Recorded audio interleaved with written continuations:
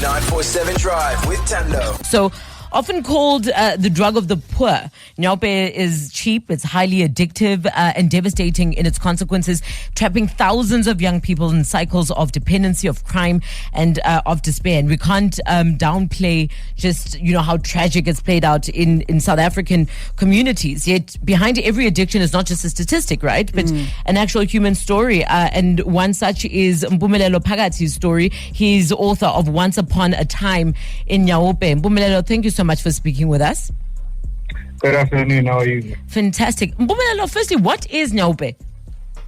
Well, Nyaope typically is heroin, but Nyaope is also slang used in township Phakathi, the type of thing. But when you test it today, it has maybe 10 or 20% of heroin, and mostly you'll find products or ingredients that are also found in household products like Redtex, your Vim, and all these other detergents and stuff and whatnot. So it's been diluted to make it more addictive or highly addictive, if you will. Is it the same thing as Iwunga? Yes, so Wunga is a slang name or used mostly in Devon, the type of thing and whatnot. Okay. So the other ingredient that's used in Wunga is ARV to also add potency to it, basically. Mpumelelo, are people, and maybe were you, and let's use your story, aware of what is inside Nyaope? Sorry? Were you aware of what is inside Nyaope? To be quite honest, no.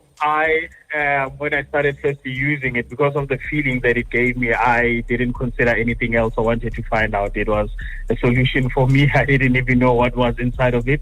I just knew that it was a drug, and it gave me a feeling that I needed at that particular moment in time. How were you introduced to it, Mpumelelo?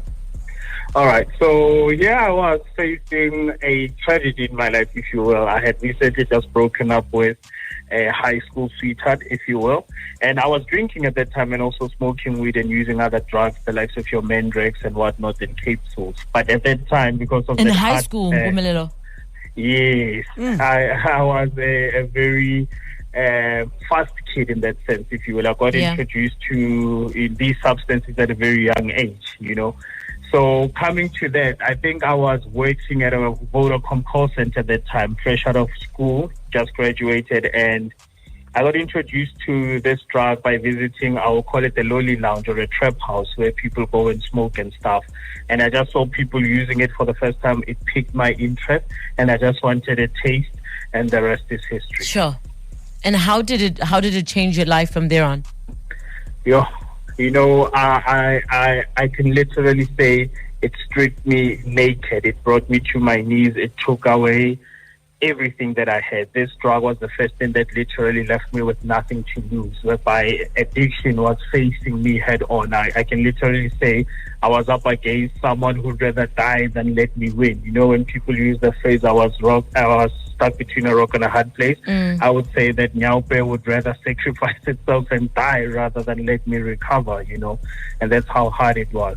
I'm also a victim of 3 suicide attempts, and I never thought in my life that I would one day try to attempt to kill myself, but that's what Nyaope reduced me to.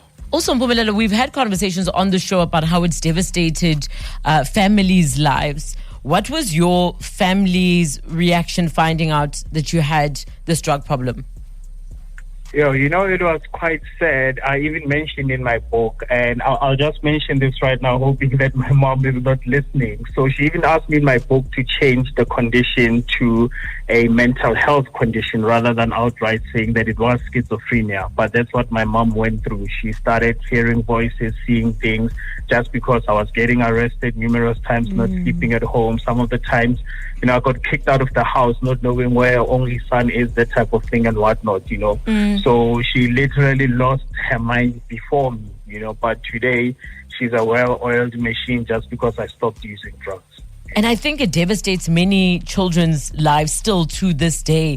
What's the worst thing that you've witnessed happen, either your own experience or somebody else who's on Nyaope?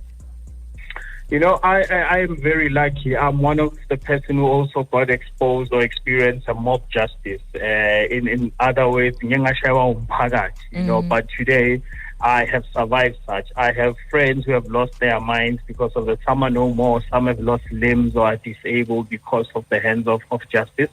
But besides that, losing them, like you said, has also left families, in tragedy. Recently, one dad reached out and bought 3 of my books and just told me that literally last weekend he was just burying his son, because of Nyaope, where he lost him, So it's still something that is there, that is rife. And the reason that I also like to get the word out there, because it's one of the misunderstood diseases out there. Society still thinks if maybe we make an example with this person, beat them up, bend them, or put the tires on them, or disable them, people will learn and they'll stop using this thing. But that's not the solution. That is not the solution. And that's why I try to be exposed to such larger audiences, just to try and address this, because a well-informed society and educated society is a healthy society. So where we are, most people don't understand addiction, and they try to handle it based on their understanding of what it is, but their understanding is not the correct understanding of addiction. How did you break free, Mpumelelo? To be quite honest, I met someone who does exactly what I do, which is an addiction counselor, a person who offered therapeutic value. I won't discredit any profession. I went to 6 rehabs in 5 years. The first 5 rehabs, I would find other professionals, which I will never mention their professions and stuff.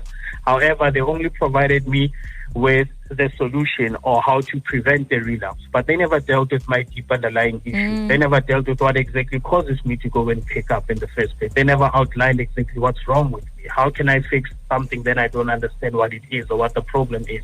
I mean, if the 94.7 to hire someone and say, come and fix this place, the first thing that the person would need to do is to identify what is the problem or what needs to be fixed. So I can't provide a solution for something I don't understand. So here I was in rehab, hearing someone for the first time. When they spoke about addiction and their journey, they spoke about me. It was like they were telling my story, And for the first time I could relate, and this person reached through me and to me. For the first time I could understand the signs and symptoms of addiction. What exactly is addiction? And from there on, he outlined what the solution is and how to get to the solution. And that was key for me. July the 19th, 2017. That was the last time I picked up anything. And this year, July the 20th, it will be 9 years. 9 years. Wow. Congratulations. Congratulations, Mpumelelo. But moreover, kudos to you for coming out with your story and sharing it. And I imagine it's, with the mindset of helping other families, of helping other people who are suffering with the same disease. Where can people get Once Upon a Time in Nyaope? All right, so you get it directly from me. I can provide my contact details where people just contact me, and then I courier the book nationwide. It's been to Cape Town, Northwest, Northern Cape, so I can provide my numbers, and anyone who is interested Go for it, Mpumelelo.